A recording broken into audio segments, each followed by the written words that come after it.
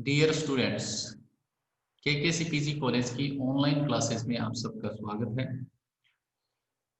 बच्चों, आज हम C++ का बहुत ही इम्पोर्टेंट टॉपिक डिस्कस करने जा रहे हैं और वो टॉपिक है आपका कंट्रोल फ्लो स्टेटमेंट, या जिसको हम कंट्रोल स्टेटमेंट भी कह सकते हैं। मतलब कंट्रोल स्टेटमेंट की अगर हम बात करें तो इसमें हम क्या काम करेंगे, तो सिंपली हम ये कह सकते हैं कि it refers to the flow in which a program execution take place. आप जब प्रोग्राम को एग्जीक्यूट करवाते हो तो उसका क्या रहता है, नॉर्मली एक सीक्वेंस रहता है कि ये पहली स्टेप है, ये दूसरी स्टेप है, ये थर्ड स्टेप, ये फोर्थ स्टेप है ना। स्टेप बाय स्टेप अपनी क्या करते हैं, प्रोग्राम अपना एग्जीक्यूट होता है। बट अगर हम चाहें तो C++ के अंदर कुछ ऐसे स्टेटमेंट है जिसका यूज करके हम प्रोग्राम का जो फ्लो चल रहा है, ऊपर से नीचे की तरफ जो फ्लो चल रहा है ना, उसको हम क्या कर सकते हैं, कंट्रोल कर सकते हैं और अपनी रिक्वायरमेंट के हिसाब से, है ना, किस स्टेटमेंट को एग्जीक्यूट करवाना है, किस स्टेटमेंट को एग्जीक्यूट नहीं करवाना। तो मतलब कुल मिलाकर के आप ये कह सकते हो कि प्रोग्राम पर आप पूरा का पूरा कंट्रोल कर सकते हो by using the control statements. अब अगर हम कंट्रोल स्टेटमेंट की बात करें या कंट्रोल फ्लो स्टेटमेंट की बात करें, तो कंट्रोल स्टेटमेंट जो नॉर्मली है वो 3 टाइप्स के होते हैं। कितने टाइप के होते हैं? वॉइस क्लियर है ना? क्लियर नहीं है सर। अब आवाज क्लियर आ रही है वॉइस आपको? क्लियर नहीं है सर। हैं? अब ओके आ रही है सर। Okay okay. मैं ये कह रहा था कि C++ के अंदर जो कंट्रोल स्टेटमेंट है वो 3 टाइप्स के होते हैं। First one is sequential, second one is conditional, या जिसको डिसीजन मेकिंग भी कह सकते हैं हम, और थर्ड जो कंट्रोल स्टेटमेंट है वो इटरेशन, जिसको हम लूपिंग स्टेटमेंट भी कह सकते हैं। तो कहने का मतलब ये है कि C++ जो लैंग्वेज है उसके अंदर हम कंट्रोल स्टेटमेंट को 3 कैटेगरी में डिवाइड करते हैं: sequential statement, decision making statement and iteration या लूपिंग स्टेटमेंट्स।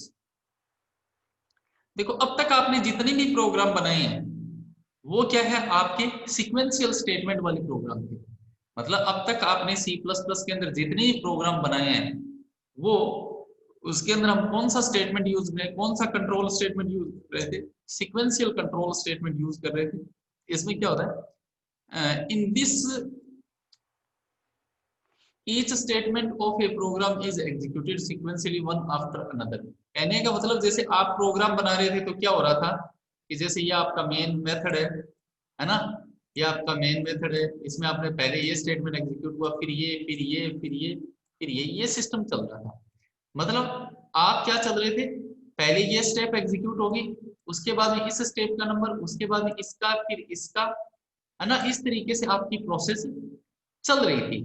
तो कहने का मतलब सीक्वेंशियल स्टेटमेंट वे स्टेटमेंट होते हैं जिसमें क्या होता है, आगे आने वाला स्टेटमेंट उससे पहले पहले वाला स्टेटमेंट एग्जीक्यूट होगा, मतलब वन आफ्टर अनदर, एक के बाद एक जो है वो स्टेटमेंट एग्जीक्यूट होते चले जाते हैं। कोई जंपिंग स्टेटमेंट नहीं होता, है ना। जैसे फर्स्ट नंबर लाइन एग्जीक्यूट होगी, उसके बाद सेकंड नंबर, उसके बाद थर्ड नंबर, उसके बाद फोर्थ नंबर। तो अब तक अपने जितने भी प्रोग्राम्स बनाए हैं वो क्या, हमने सीक्वेंशियल स्टेटमेंट वाले प्रोग्राम बनाए हैं। तो ऐसा स्टेटमेंट जिसमें प्रोग्राम का जो पहला स्टेटमेंट एग्जीक्यूट होने के बाद दूसरे का नंबर आता है, दूसरे के बाद फिर तीसरे का, तीसरे के बाद चौथा, तो इस तरीके के जो कंट्रोल स्टेटमेंट होते हैं उन्हें सीक्वेंशियल स्टेटमेंट कहते हैं।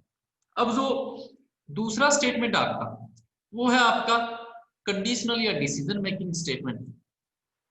ठीक है, डिसीजन मेकिंग स्टेटमेंट जिसमें हम अपने डिसीजन के बेस पर क्या कर सकते हैं, स्टेटमेंट को एग्जीक्यूट करवा सकते हैं। मतलब कंडीशन लगा दी, अगर ऐसा है तब तो ये स्टेटमेंट एग्जीक्यूट हो जाए, और अगर ऐसा नहीं है तो ये अदर स्टेटमेंट एग्जीक्यूट। मतलब आप कंडीशन के बेस पर क्या कर सकते हो, प्रोग्राम के जो स्टेटमेंट्स है वो एग्जीक्यूट करवा सकते हो। और तीसरा पोर्शन है आपका इटरेशन या लूपिंग स्टेटमेंट। मतलब अगर आप किसी स्टेटमेंट को या किसी लॉजिक को बार बार एग्जीक्यूट करवाना चाहते हो, जब तक एक पर्टिकुलर कंडीशन सेटिस्फाई होती रहेगी स्टेटमेंट्स एग्जीक्यूट होते रहेंगे। तो सिंपली आप ये कह सकते हो इटरेशन वे स्टेटमेंट होते हैं जिनका यूज करके आप किसी भी स्टेटमेंट को बार बार एग्जीक्यूट करवा सकते हो। तो सीक्वेंशियल का मतलब एक के बाद एक स्टेटमेंट का एग्जीक्यूट होना, कंडीशनल का मतलब है कंडीशन के बेस पर स्टेटमेंट को एग्जीक्यूट करवाना। और इटरेशन का मतलब ये हुआ कि आप अगर किसी लॉजिक को या किसी स्टेटमेंट्स को बार बार एग्जीक्यूट करवाना चाहते हो तो आप उसको क्या करोगे, लूप के अंदर बंद कर दोगे। तो ये हम बाद में डिस्कशन करेंगे। अब हम डिस्कस करते हैं कौन सा, जो सेकंड पार्ट है आपका, कंडीशनल स्टेटमेंट या डिसीजन मेकिंग स्टेटमेंट्स। तो जब कंडीशनल स्टेटमेंट्स की बात करें तो कंडीशनल स्टेटमेंट्स को हम इतनी कैटेगरी में डिवाइड कर सकते हैं: if statement, if else, else if, nested if, switch statement and conditional operator. ये मैं आपको वैसे करवा चुका हूं जब हम ऑपरेटर डिस्कस कर रहे थे, तो मैंने इस तरीके से बताया था कि ये क्वेश्चन मार्क है और ये कोलन है, तो इसको हम टर्नरी ऑपरेटर या फिर कंडीशनल स्टेटमेंट भी, कंडीशनल ऑपरेटर भी कहते हैं। ये हम डिस्कस कर चुके हैं, जहां पर हमने देखा था कि किस तरीके से एक अगर कंडीशन ट्रू है तो ये स्टेटमेंट एग्जीक्यूट हो जाए, अदरवाइज दूसरे स्टेटमेंट एग्जीक्यूट हो जाए, तो ये हम डिस्कस कर चुके हैं। तो अगर हम कंडीशनल स्टेटमेंट्स की बात करेंगे तो if else, else if, nested if, switch और कंडीशनल ऑपरेटर, इतनी कैटेगरी में हम कंडीशनल स्टेटमेंट्स को डिवाइड कर सकते हैं। अब हम इनके वन बाय वन स्टडी करेंगे। तो सबसे पहले आता है इफ स्टेटमेंट। इफ कंडीशन या इफ स्टेटमेंट की अगर बात करें तो ये क्या कह रहा है, ये कह रहा है it takes a condition in parenthesis, it takes a condition in parenthesis. Parenthesis क्या होता है, ये आपका जो स्मॉल ब्रैकेट जिसको आप कहते हैं, ये क्या है, पैरेंथेसिस है। ये कह रहा है it takes a condition in parenthesis and a code block. ये कह रहा है कि ये जो इफ स्टेटमेंट है ना, वो क्या करता है, कंडीशन को किस में लेता है, पैरेंथेसिस में लेता है। ये आपने देखो लिख दिया, इफ कीवर्ड का यूज किया और फिर इस तरीके से ये देखो पैरेंथेसिस लगा दी और इसके अंदर क्या दे दिया आपने, कंडीशन दे दी, और फिर आपने क्या बना दी, इस इफ ब्लॉक की बॉडी बना दी, फिर आपने क्या बना दी, इस इफ ब्लॉक की बॉडी बना दी। ठीक है, तो अगर आपकी ये इफ के अंदर दी गई कंडीशन ट्रू होगी तो इस इफ ब्लॉक, ये ब्लॉक आपका देखो यहां से लेकर यहां तक है। आपका ब्लॉक कहां से है, यहां से लेकर के आपका देखो यहां से लेकर के आपका यहां तक ब्लॉक है। तो इस ब्लॉक के बीच में जितने भी स्टेटमेंट दिए होंगे, अगर ये इफ के अंदर दी गई कंडीशन अगर ट्रू होगी तो इसके बीच में जितने भी स्टेटमेंट दिए होंगे वो एग्जीक्यूट हो जाएंगे।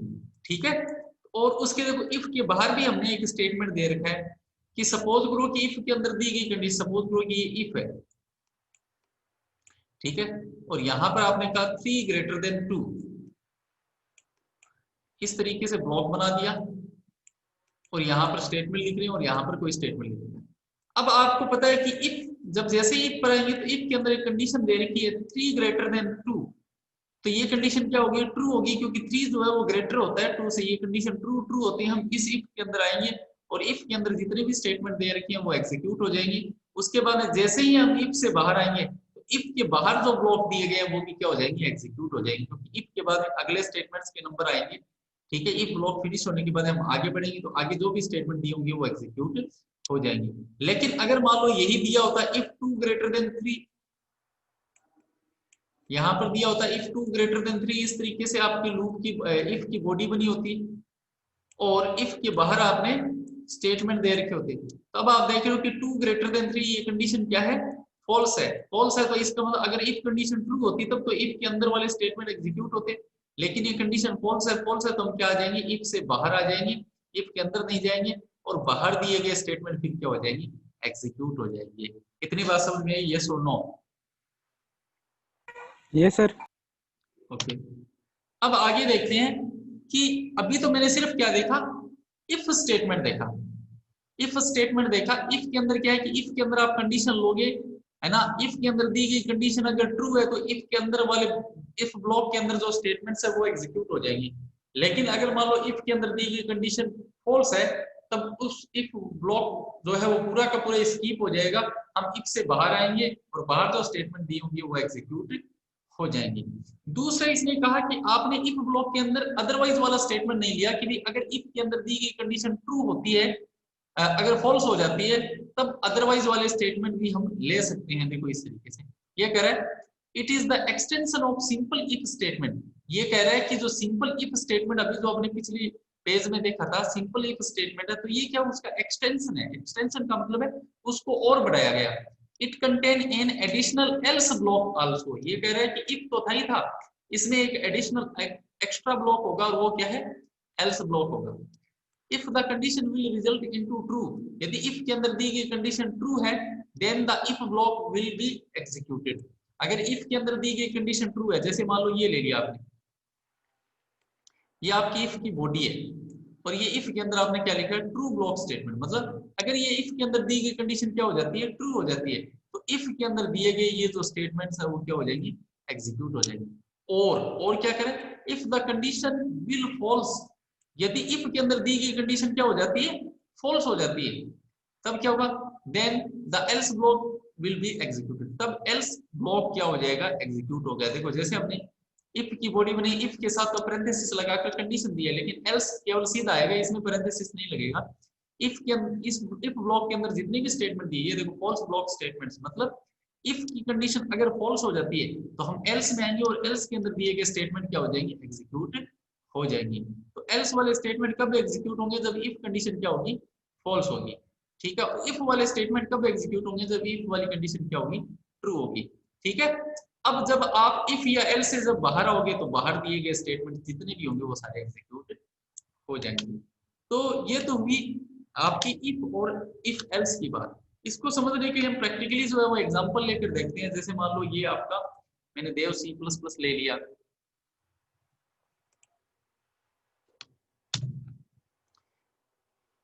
तो पहले इसको सेव कर दिया, Ctrl+S,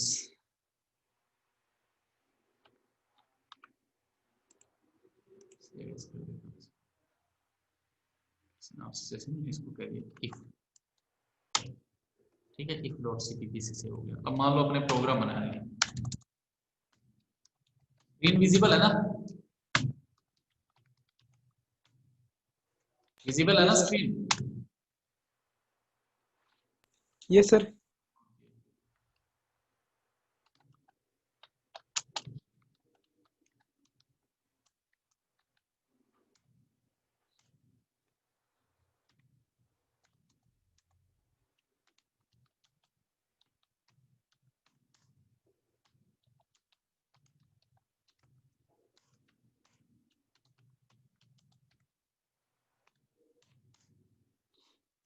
अब जैसे मान लो सपोज करो कि आपको कीबोर्ड से एक वैल्यू लेनी है ना, कीबोर्ड से वैल्यू लेनी है और सिर्फ आपको चेक करना है कि मान लो आपने एक नंबर लिया और ये चेक करना हो कि ये पॉजिटिव है या नेगेटिव है। तो पॉजिटिव हो या नेगेटिव हो इसका कैसे पता चलेगा, हम एक नंबर लेंगे कीबोर्ड से और उसको चेक करेंगे कि ये पॉजिटिव है या नहीं है ना। तो पॉजिटिव का सिंपल सा मतलब है, अगर वो नंबर 0 से ग्रेटर होगा या 0 के इक्वल होगा तब तो पॉजिटिव है, अदरवाइज क्या होगा, नेगेटिव होगा। अदरवाइज वाला स्टेटमेंट अपने नहीं ले रहे हैं, एक बार सिर्फ ये चेक कर रहे हैं कि n जो है, आप जो नंबर एंटर करोगे वो पॉजिटिव है या नहीं है। तो जैसे मान लो मैंने यहाँ पर क्या किया, नंबर को स्टोर करवाने के लिए एक वेरिएबल ले लिया n, क्या ले लिया, एक वेरिएबल ले लिया n। अब मुझे इस n के अंदर क्या स्टोर करवानी है, वैल्यू स्टोर करवानी है, और मैं कीबोर्ड से वैल्यू स्टोर करवाना चाहता हूँ। तो मैंने क्या किया, यहाँ पर मैसेज दे दिया। मैं चाहता हूँ कि पहले स्क्रीन पर क्या मिले, मैसेज मिले, एंटर द नंबर, ये स्क्रीन पर मैसेज मिलेगा। उसके बाद कर्सर को नेक्स्ट लाइन में ले जाना, तो मैं वापस पुट टू लगा कर क्या लिख दूंगा, एंडल लिख दूंगा। इसका मतलब स्क्रीन पर सबसे पहले मैसेज मिलेगा, एंटर द नंबर, और फिर एंडल क्या करेगा, कर्सर को नेक्स्ट लाइन में पहुंचा देगा। अब मुझे कीबोर्ड से वैल्यू लेनी है, कीबोर्ड से वैल्यू लेने के लिए देखो, प्रिंट करवाने के लिए सी आउट पुट टू और कीबोर्ड से सीन ऑब्जेक्ट और एक्सट्रैक्शन ऑपरेटर का यूज करते हैं। इस तरीके से यूज किया। अब मुझे जिस वेरिएबल के अंदर वैल्यू डालनी है उस वेरिएबल का मैंने नेम लिख दिया यहाँ पर n। तो अब जब आप इस प्रोग्राम को एग्जीक्यूट करोगे, मैं सेव कर देता हूँ Ctrl+S, जब आप इस प्रोग्राम को एग्जीक्यूट करोगे तो स्क्रीन पर मिलेगा enter the number, cursor next line में होगा और फिर आप एक वैल्यू एंटर करोगे जो किसमें स्टोर हो जाएगी, n। मतलब सी इन और एक्सट्रैक्शन क्या करते हैं, कीबोर्ड से वैल्यू लेते हैं। मतलब कीबोर्ड से जब आप वैल्यू एंटर करोगे वो किसमें स्टोर करवाए चली जाएगी, n में चली जाएगी। अब आपको n पर कंडीशन लगानी है, मैंने यहाँ पर लगाया कि और फिर parenthesis if n is greater then और इक्वल टू 0। यहाँ पर मैंने रिलेशनल ऑपरेटर यूज किया यहाँ पर कंडीशन में कि यदि n की वैल्यू ग्रेटर है या फिर क्या है, इक्वल है किसके, 0 के। यदि n की वैल्यू ग्रेटर और इक्वल है 0 के, तो हम क्या मैसेज प्रिंट कर देंगे, मैसेज प्रिंट कर देंगे यहाँ पर given number is positive, given number is positive. मैंने यहाँ पर क्या कहा, इफ के अंदर एक कंडीशन लगाई है कि यदि if n is greater then और इक्वल टू 0 है तो मैसेज मिलेगा गिवन नंबर इज पॉजिटिव। ठीक है, और सिर्फ देखो अभी एल्स स्टेटमेंट अपने यूज नहीं कर रहे, सिंपल इफ स्टेटमेंट यूज कर रहे हैं। और देखो मैंने इसके बाहर एक मैसेज प्रिंट कर दिया, वेलकम। ठीक है, मैंने यहाँ पर देखो इस मैसेज को प्रिंट करने के बाद में क्या लगा दिया, एंडर लगा दिया, ताकि कर्सर कहां चला जाए, नेक्स्ट लाइन में। अब देखो, अब जैसे ही आप प्रोग्राम को एग्जीक्यूट करोगे तो क्या होगा, सबसे पहले मैसेज मिलेगा enter the number, cursor next line में आप एक नंबर एंटर करोगे जो n में स्टोर हो जाएगा। अब जो भी नंबर आपने एंटर किया उसको चेक किया जाएगा कि यदि वो नंबर ग्रेटर या इक्वल है 0 के, तब तो मैसेज मिलेगा गिवन नंबर इज पॉजिटिव, और कर्सर नेक्स्ट लाइन में चला जाएगा। फिर देखो आप यहां से यहां आ गए, इफ कंडीशन फॉल्स हो अपनी फिनिश होगी, फिनिश होने के बाद अब आप आगे बढ़ोगे तो क्या मिलेगा, वेलकम मिलेगा। इसका मतलब ये हुआ कि यदि आपकी इफ कंडीशन ट्रू है तो ये मैसेज मिलेगा गिवन नंबर इज पॉजिटिव, और ये मैसेज तो मिलना ही मिलना है, क्योंकि जैसे इफ से बाहर आओगे ये तो मिलेगा ही मिलेगा। ठीक है, अब मान लो अगर ये कंडीशन फॉल्स होती है, मान लो एंटर द नंबर और आपने कोई नंबर एंटर कर दिया माइनस में, तो माइनस वाली कोई भी नंबर होती है वो 0 से क्या होती है, छोटी होती है, इसका मतलब वो नेगेटिव होगी। तब हम चेक करेंगे कि n के अंदर जो नंबर है क्या वो 0 या 0 से बड़ा या 0 के इक्वल है। उस केस में वो कंडीशन फॉल्स हो जाएगी। फॉल्स होते हम इफ कंडीशन के अंदर नहीं जाएंगे, इफ से बाहर जाएंगे तो क्या मिलेगा, सिर्फ वेलकम। इसको चेक इट आउट करते हैं। मैंने इसको कंपाइल किया,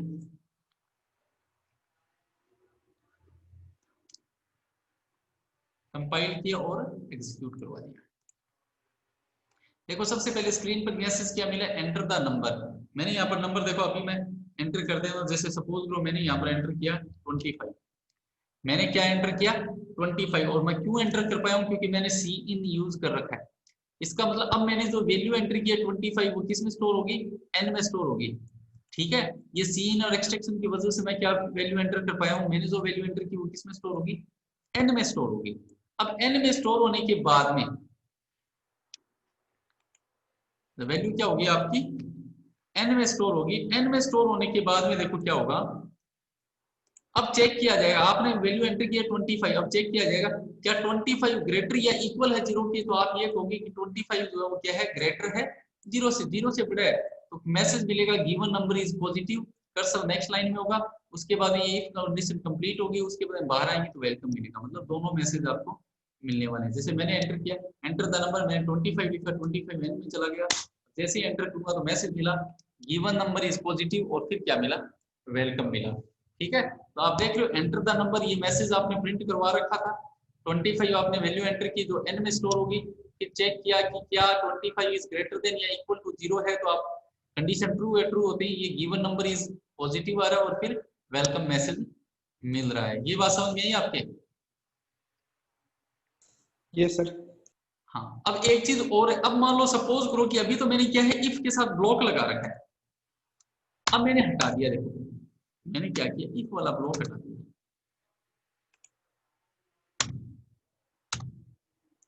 अब देखो मैंने इफ का क्या जो है ब्लॉक जो है वो हटा दिया। ठीक है,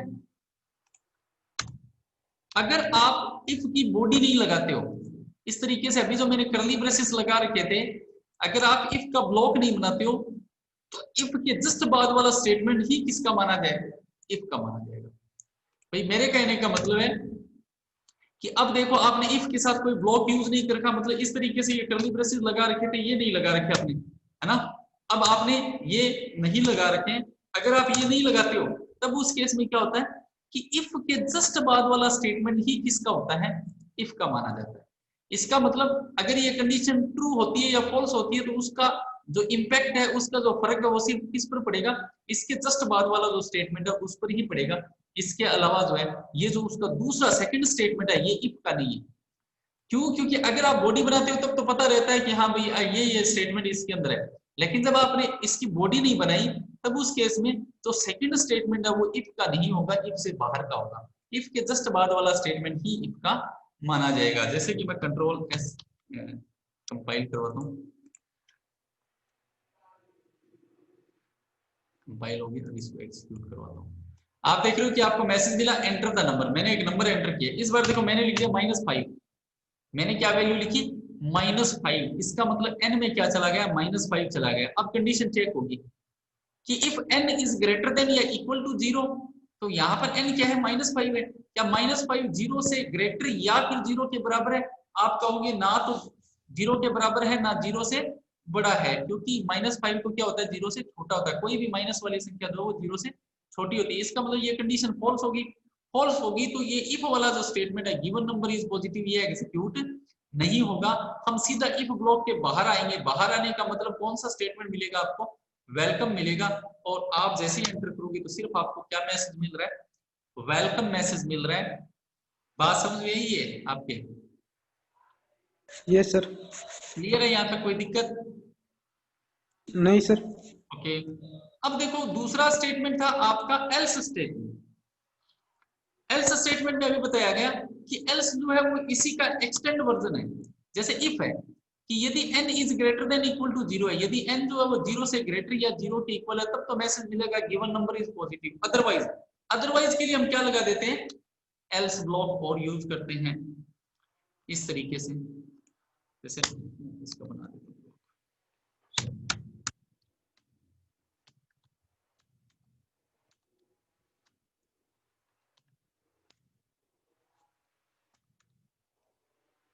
ठीक है, मान लो ये मैंने इफ ब्लॉक बना दिया इसका, ये इफ ब्लॉक बन गया।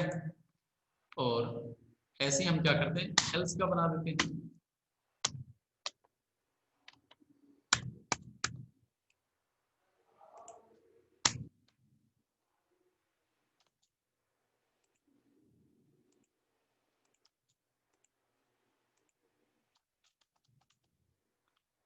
ठीक है, अब इसमें अपने मैसेज प्रिंट करते हैं कि यदि n इज ग्रेटर देन या इक्वल टू 0 है तब तो मैसेज प्रिंट होगा given number is positive. Otherwise हम मैसेज प्रिंट कर देंगे गिवन नंबर इज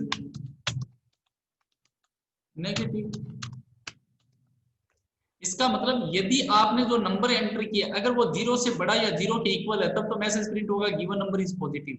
अदरवाइज क्या मैसेज प्रिंट होगा? Given number is negative. इसका मतलब नेगेटिव तभी मैसेज प्रिंट होगा गिवन नंबर इज नेगेटिव जब इफ वाली कंडीशन क्या होगी? फॉल्स होगी। ठीक है। अच्छा, मैंने ये सेव किया, इसको कंपाइल किया और एग्जीक्यूट करवाया। अब मैसेज मिल रहा है enter the number. Enter the number देखो इस बार मैंने क्या एंटर किया? वो 10 एंटर किया है। तो n के अंदर क्या आ गया? 10 गया। चेक किया क्या 10 इज ग्रेटर देन या इक्वल टू 0 है, तो आप कहोगे 10 जो है वो 0 से क्या है? इक्वल तो नहीं है लेकिन क्या है? 0 से बड़ा है। कंडीशन ट्रू ट्रू होती मैसेज प्रिंट होगा given number is positive. Given number is positive. ध्यान रखना जब इफ कंडीशन ट्रू होगी तो एल्स वाला स्टेटमेंट एग्जीक्यूट नहीं होगा। एल्स का मतलब है अदरवाइज।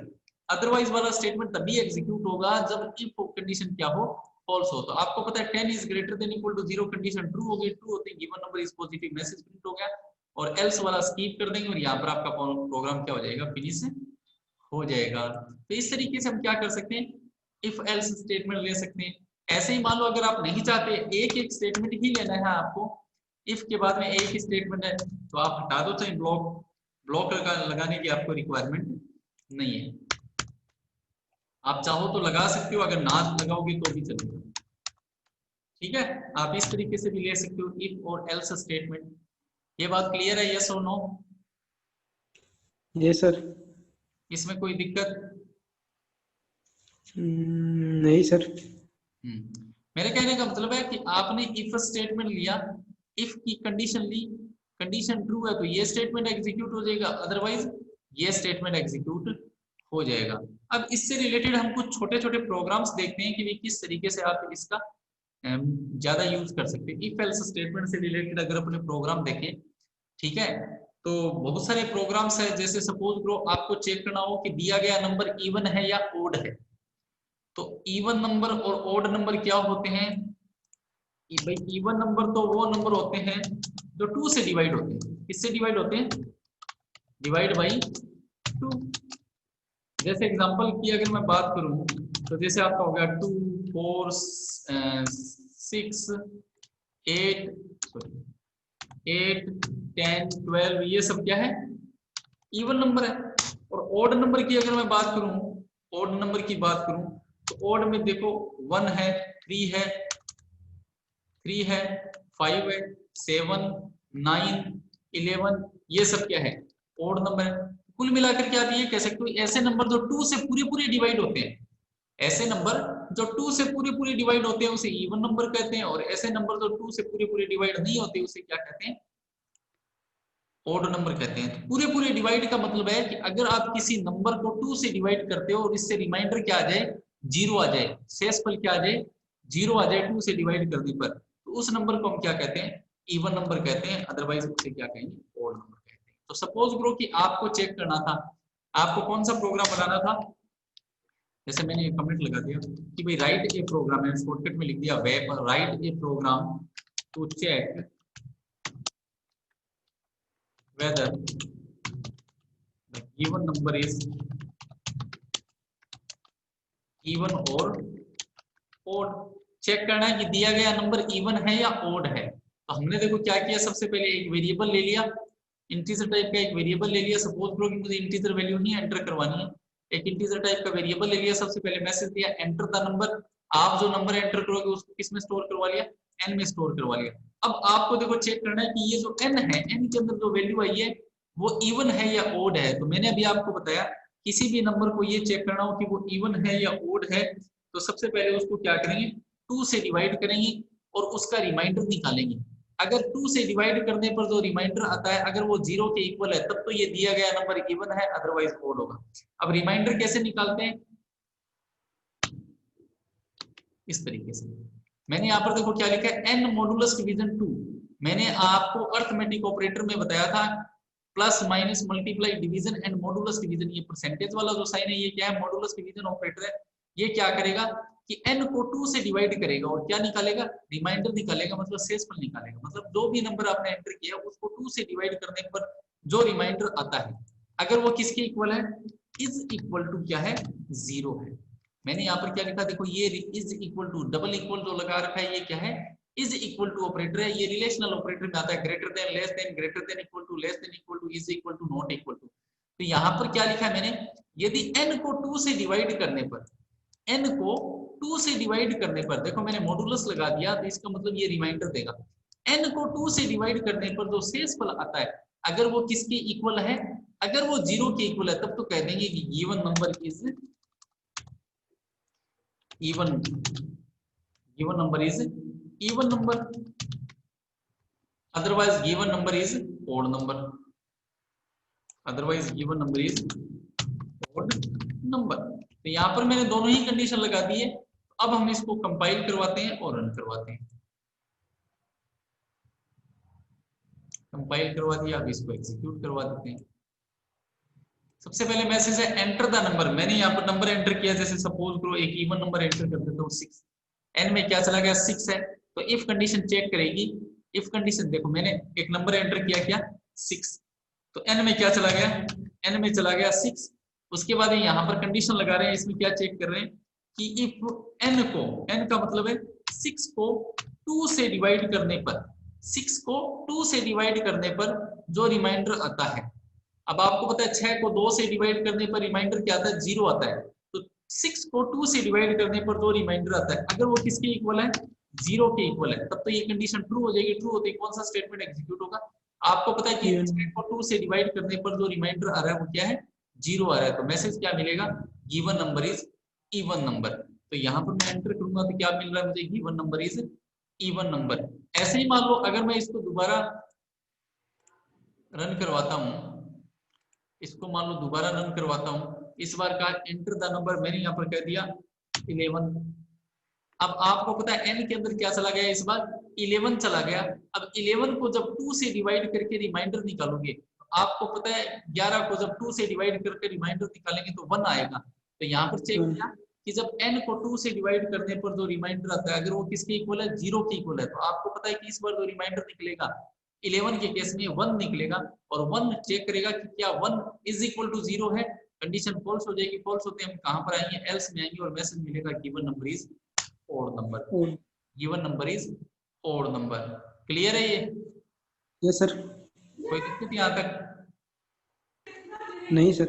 ओके, तो इस तरीके से अपने क्या कर सकते हैं भाई, हम चेक कर सकते हैं कि दिया गया जो नंबर है वो इवन है या ओड है।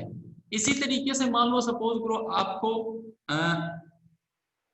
जैसे मान लो आपको ये कहा गया कि जैसे आप लीप ईयर के बारे में सुना है आपने, लीप ईयर वर्ड सुना है, लीप ईयर? नहीं सर। ओके, देखो मैं यहाँ पर लिखता हूँ, write a program to check whether the given year is leap year और नॉट। दिया गया जो साल है वो लीप ईयर है या नहीं है, लीप वाला साल है या नहीं। अब देखो लीप ईयर क्या होता है, लीप ईयर का मतलब होता है कि आप जैसे अगर फरवरी की बात करते हो आप, तो नॉर्मली फरवरी कितने दिनों की होती है बताओ? 28 दिनों की होती है, 29 दिनों की होती है। नहीं, नॉर्मली कितने दिनों की होती है, हमेशा लगभग कितने दिनों की आती है? 28 दिनों की आती है। 28 डेज होते हैं नॉर्मली। फरवरी में नॉर्मली कितने दिन होते हैं? 28 दिन ही तो आते हैं ज्यादातर। ये सर। लेकिन क्या होता है कि 4 ईयर के अंदर वन टाइम क्या होता है, फेब जो है वो कितने दिनों का होता है? 29 डेज का होता है। 4 सालों में एक बार ऐसा समय आता है जिसमें फरवरी जो है वो कितने दिनों की होती है? 29 डेज की होती है। ये समझ पा रहे हो आप? ये सर। 4 सालों में एक साल ऐसा होता है जिस दिन फरवरी क्या होगी, आप उस साल फरवरी जो है वो 29 डेज की होगी। जैसे आपके 2020 के अंदर, 2020 के अंदर जो फेब था वो कितने दिनों का था? 29 डेज का था। और अब आगे 2024 में, 2024 में फेब जो है वो 29 डेज का आएगा। इसका मतलब ये हुआ कि अब आपका 2021 2021 में फेब 28 का है ना, 22 में फेब 28 का, 23 में फेब 28 का, और फिर 24 में जो फेब आएगा वो कितने दिनों का आएगा? 29 डेज का आएगा। 4 साल में एक बार जो है वो फरवरी कितने दिनों का होता है? 29 डेज का होता है। अब देखो अपने यहाँ पर क्या लिखा है कि write a program to check whether the given year is leap year और नॉट। आपको चेक करना है कि दिया गया साल लीप ईयर है या नहीं है। तो सिंपल सी बात है, कैसे चेक करोगे? जो दिया गया साल है उसको 4 से डिवाइड करोगे। क्या करना अपने को? सिंपली दिया गया जो साल है उसको 4 से डिवाइड करोगे, 4 से डिवाइड करके रिमाइंडर निकालोगे, शेषफल निकालोगे। अगर 4 का पूरा पूरा भाग लग जाता है, अगर ईयर में 4 से डिवाइड करने पर जो रिमाइंडर आता है अगर वो किसके इक्वल होता है? 0 के इक्वल होता है, इसका मतलब पूरा पूरा भाग चला गया, तब तो दिया गया ईयर क्या होगा? लीप ईयर होगा। अदरवाइज दिया गया ईयर लीप ईयर नहीं होगा। तो सिंपली यहाँ पर हमें क्या करना है, ये n की जगह एक वेरिएबल ले लेता हूँ। जैसे जैसे मैंने ईयर नाम का वेरिएबल लिया, उसके बाद एंटर द नंबर की जगह लिख देता हूँ एंटर द ईयर, और फिर जो मैं वैल्यू एंटर करूंगा वो ईयर नाम के वेरिएबल में स्टोर हो जाएगी। अब मैंने यहां पर क्या किया, इफ कंडीशन लगाई किस पर? ईयर पर। इफ कंडीशन लगाई ईयर पर और इसको किससे डिवाइड किया? 4 से डिवाइड किया, और चेक किया कि यदि ईयर को 4 से डिवाइड करने पर जो रिमाइंडर आता है अगर वो किसके इक्वल है? 0 के इक्वल है, इसका मतलब given year is leap year.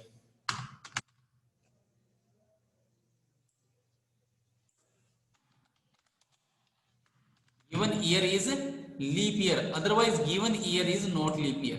Given year is,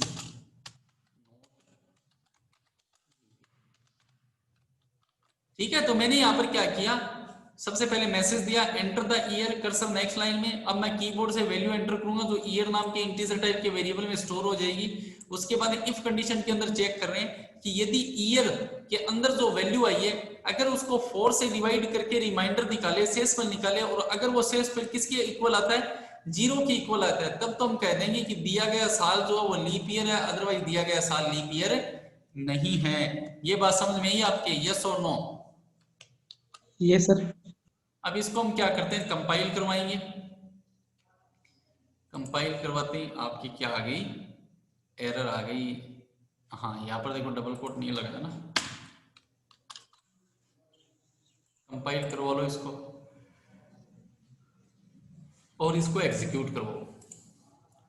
आपको मैसेज मिला enter the year, enter the year, अब आपने यहाँ पर कह दिया 2000, जैसे अभी अपना 2021 है, 2021, तो ईयर के अंदर क्या चला गया, 2021 चला गया।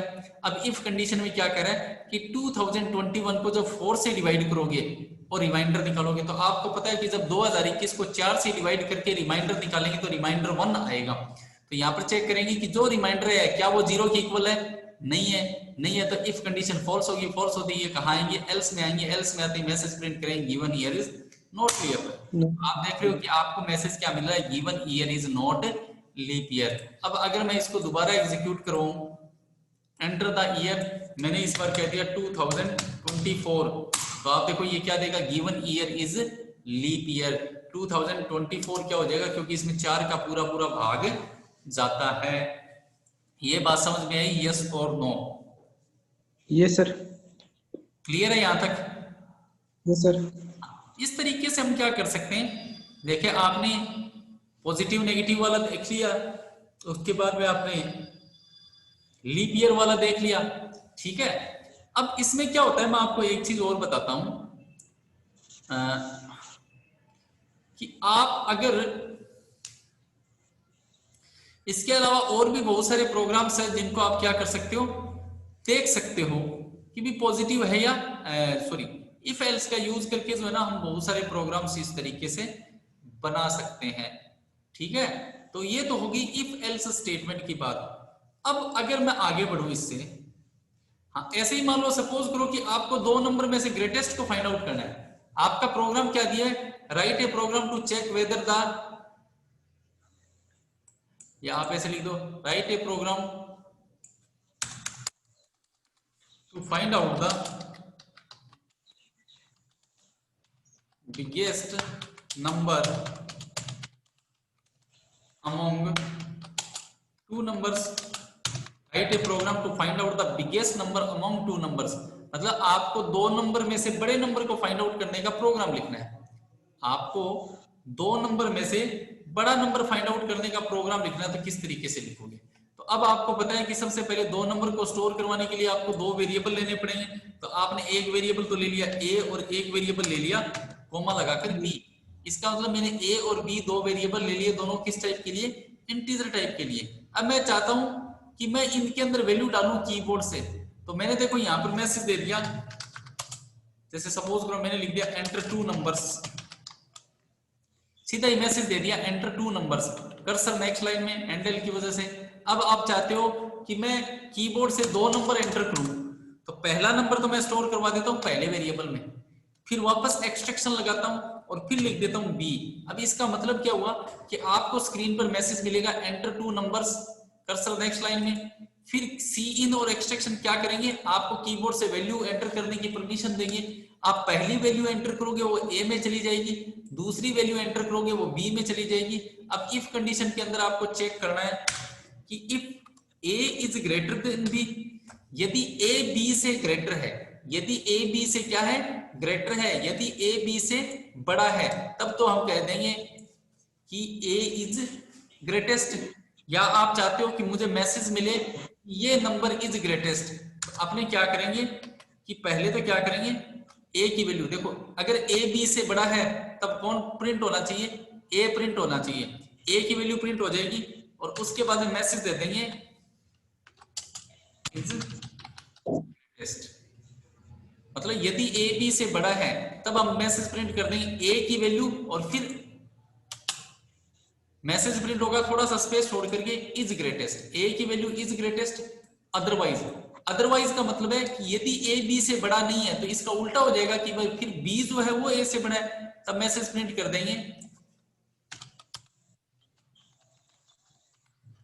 ये तो मैसेज हो गया इज ग्रेटेस्ट। कौन एल्स में आएंगे तो कौन बड़ा होगा, बी। तो यहां पर मैसेज प्रिंट हो जाएगा बी की वैल्यू इज ग्रेटेस्ट। यदि ए बी से ग्रेटर है तब तो ए की value is greatest, otherwise B की वैल्यू इज ग्रेटेस्ट। मैं इसको सेव करता हूं और कंपाइल करवाकर इसको एग्जीक्यूट करवाता हूं। यहां पर देखो मैसेज मिला एंटर 2 नंबर, मैंने 2 नंबर एंटर किए, पहला नंबर एंटर किया 10, पहला नंबर एंटर किया 10, 10 किस में चला गया, ए में चला गया, क्योंकि देखो पहले क्या दिया है, सी इन में ए दिया है, पहला नंबर ए में चला गया, दूसरा नंबर एंटर किया मैंने 20, तो दूसरा नंबर किस में चला गया, बी में चला गया, क्योंकि देखो सी इन में पहले ए है और बाद में बी है, तो 10 तो ए में चला गया, 20 बी में चला गया। अब कंडीशन चेक की कि यदि a ग्रेटर देन b है, a के अंदर क्या है 10 और b के अंदर 20 है, यदि 10 ग्रेटर देन b है तो आपको पता है 10 जो है वो b से ग्रेटर नहीं है, तो कंडीशन फॉल्स फॉल्स होती है, हम कहां पर आएंगे, एल्स में आएंगे, और ये कह रहा है b की वैल्यू इज ग्रेटेस्ट, b की वैल्यू का मतलब है 20 इज ग्रेटेस्ट, तो आउटपुट मिलेगा 20 इज ग्रेटेस्ट, क्योंकि सेकंड नंबर जो है इस बार बड़ा है। अगर मैं इसको दोबारा एग्जीक्यूट करवाऊं और फिर से मुझे मैसेज मिला एंटर टू नंबर्स, मैंने इस बार क्या किया, पहले 20 लिख दिया और बाद में 15 लिख दिया, तो ए में चला गया 20 और बी में चला गया 15, चेक किया क्या ए की value is greater than B है, क्या ए की वैल्यू ग्रेटर देन बी है, ए में 20 बी में 15, 20 is greater then 15, yes condition true true होते मैसेज प्रिंट हो जाएगा, ए की वैल्यू इज ग्रेटेस्ट, ए की वैल्यू का मतलब 20 इज ग्रेटेस्ट, 20 इज ग्रेटेस्ट। ये बात समझ में आई आपकी, यस और नो? Yes sir. कोई डाउट है इसमें? No sir. ओके ठीक है, तो आज इतना ही देखेंगे फिर, है ना, क्योंकि फिर अपने नेक्स्ट आगे डिस्कस करेंगे, ठीक है? ओके बस फिनिश कर देंगे, बस फिनिश